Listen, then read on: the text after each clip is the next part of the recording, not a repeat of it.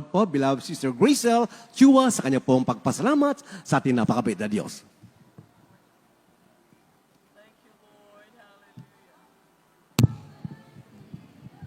Amen. Praise the Lord. Hallelujah. Praise the Lord. I give the highest praise, glory, honor, and thanksgiving to our dearest, loving Jesus Christ. Hallelujah. Praise the Lord. I give double honor and respect to the man of God, the end-time prophet of God, our dearly beloved and honorable pastor, Wilde Estrada Almeda. And we will always cherish the blessed teachings and memories of our beloved assistant pastor, Lina C. Almeda. I would also like to greet the whole Almeda family, our beloved Ate Peach, our beloved Ate Tet, beloved Minister Pogs, and to all of you, beloved brethren po, a blessed afternoon to you all. Hallelujah, praise the Lord. I give thanks po to our loving God for His guidance na makarating po ako dito po sa dako ng Pilipinas from London, United Kingdom yesterday po. Hallelujah, praise the Lord. I thank Him for our safe flight po here in the Philippines. After 7 years po, ako po ay nagagalak. Labis po akong pasasalamat sa ating pinakamamahal na Panginoong Hesus na muli po namin kayong makasama sa pagpupuri sa ating pinakamamahal na Panginoong Hesus dito po sa dako ng main church. I thank our loving God po for all the blessings that He has done in my life. I would recall 7 years ago po, before po akong lumuwas po to London po, na nariyan po ang panalangin ko po sa ating pinakamamahal na Panginoong Hesus, na kung dalhin man po niya ako sa bansa out of the country po, gusto ko po doon po sa bansa na kung saan patuloy ko po siya mapaglilingkuran at masasamba. Amen. Hallelujah. Napakabuti na ating pinakamamahal na Panginoong Hesus, because it was my desire po na makadalo po sa atin pong main church before I leave for London. At nariyan po sa Sunday service na yan po, napakabuti na ating pinakamamahal na Panginoong Hesus, dahil gumamit po siya ng ating pong kapatiran. Nilapitan po ako, taga London po siya. Siya po ang gumabay sa akin. Matagpuan ko po ang ating pong banal na gawain sa dako ng UK. Hallelujah. Nagpapasalamat po ako sa ating pinakamamahal na Panginoong Hesus dahil nariyan po talaga ang kanya pong gabay nung naroon po ako sa London po. From day one po, nariyan po ang pag-iingat ng ating pinakamamahal na Panginoong Hesus. Nariyan po kanya pong pagpapala. From my process po, it only took me 6 months. Nakarating po ako sa dako ng London. And from there po, paglapag po namin, for 1 month, we have to be under training po to take an exam. Kapag yung exam po na yan, hindi po namin yan mapasa, kami po ay madedeport back to the Philippines.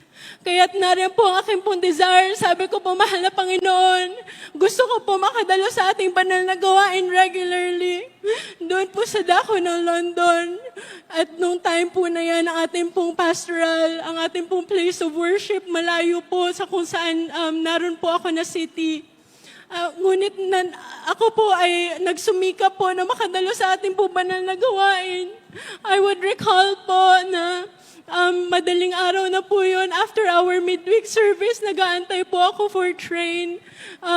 Talagang winter pa po noon, napakalamig. Ngunit ako po ay nagsusumikap makadalo sa ating banal na gawain kahit 2 to 3 hours po yung biyahe.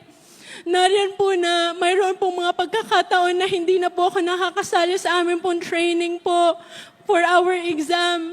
At nariyan po nakausapin po ako ng isa sa akin pong mga colleague. Dahil alam po nila na ako po ay dumadalo sa banal na gawain at nagliliban sa aking training. Sabi po niya na, Gracel, siguro mas mabuti wag ka munang dumalo sa church ninyo dahil kailangan natin mag-training dahil malapit na ang exam. Talagang nasaktan po ako noon dahil desire ko po makadalo sa banal na gawain. At nariyan po na nagpatuloy po akong dumalo sa banal na gawain. Sa kahabagan po ng ating pinakamamahal na Panginoon Hesus, pagdating na amin pong exam, ipinasa po ako ng ating pinakamamahal na Panginoon Glory Hesus. to God, glory to you. At yung colleague ko po na nagdi-discourage sa akin dumalo sa banal na gawain, siya na laging nasa training, siya pa po ang hindi po nakapasa sa exam. Tunay pong napakabuti na ating pinakamamahal na Panginoon Hesus. Hindi po niya tayo ginagawang buntot. Hallelujah. And in less than 3 years po, mga minamahal, napakabuti na ating pinakamamahal na Panginoon Jesus dahil ako po ay promote niya sa aking pong work. Hallelujah. Glory to God. Hallelujah. Nagpapasalamat po ako sa mahal na Panginoon dahil after po noon talagang nag-desire po ako na lumipat po sa intensive care unit at doon po mag-work. Before I took that job, alam ko po na sa intensive care unit, everyone is required to wear scrub suit po. It means a top and pantalon po, even though for females. Nariyan po nananalangin po ako sa ating pong mahal, sa ating pong dearest Jesus at after counseling po ng mga beloved children, talagang kinausap ko po ang aking pong matron po. Ang sabi po niya sa akin, papayagan po niya ako magpalda, hallelujah. Ngunit sinabi niya na brace yourself because after so many years, this will be the first time na muling payagan po nila na mag-skirt po ang mga female po doon po sa scrubs, sa intensive care dahil due to infection control nga po. Ngunit nariyan po, napakabuti ng ating pinakamamahal na Yes, Panginoon hallelujah. Jesus.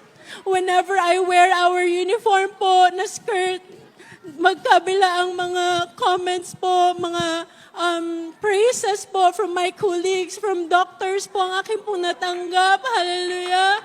Napakabuti na ating pinakamamahal na Panginoong Jesus.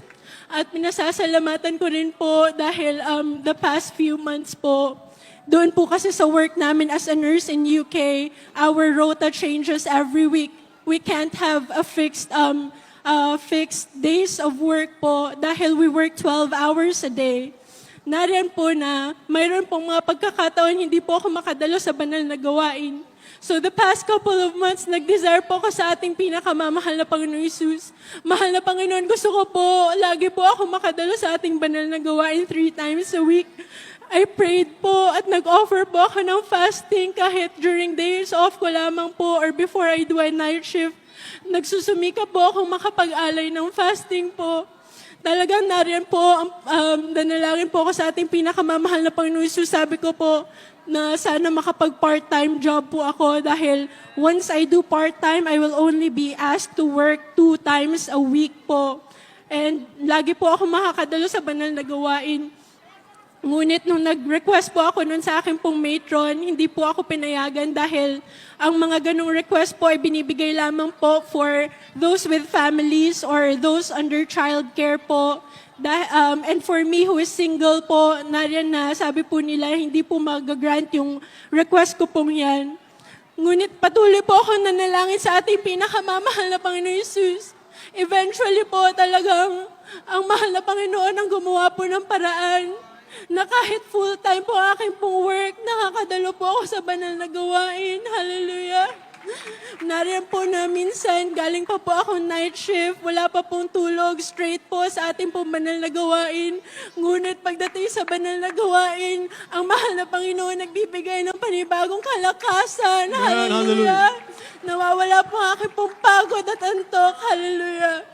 Nagpapasalamat po ako sa ating pinakamamahal na Panginoon Jesus dahil lingid po sa aking kaalaman, hindi po ibinigay ng mahal na Panginoon ang part-time na request ko po dahil mayroon pa po siyang mas magandang plano sa akin. Hallelujah. Talagang the last 2 months po, nag-opening po yung higher position po dyan po sa aming pong unit. Napakabuti na ating pinakamamahal na Panginoon Jesus dahil out of 25 applicants po, isa po ako sa na-interview at nakuha sa posisyon na yan. Hallelujah. Praise the Lord. Hallelujah. Ako po ay promote ng ating pinakamamahal na Panginoong Jesus. Nagpapasalamat po ako sa lahat po ng kabutihan ng ating pinakamamahal na Panginoong Jesus. Tunay po ang mga preaching na ating pong dearly beloved and honorable pastor na sa pagpatuloy po natin pagdalo sa banal na gawain, nariyan po ang pagpapala, ang kanya pong pag-iingat. Hallelujah. Kaya't ang lahat ng papuri, pasasalamat at pagdakilay tanging sa ating pinakamamahal na Panginoon Jesus po lamang. Hallelujah. Praise the Lord.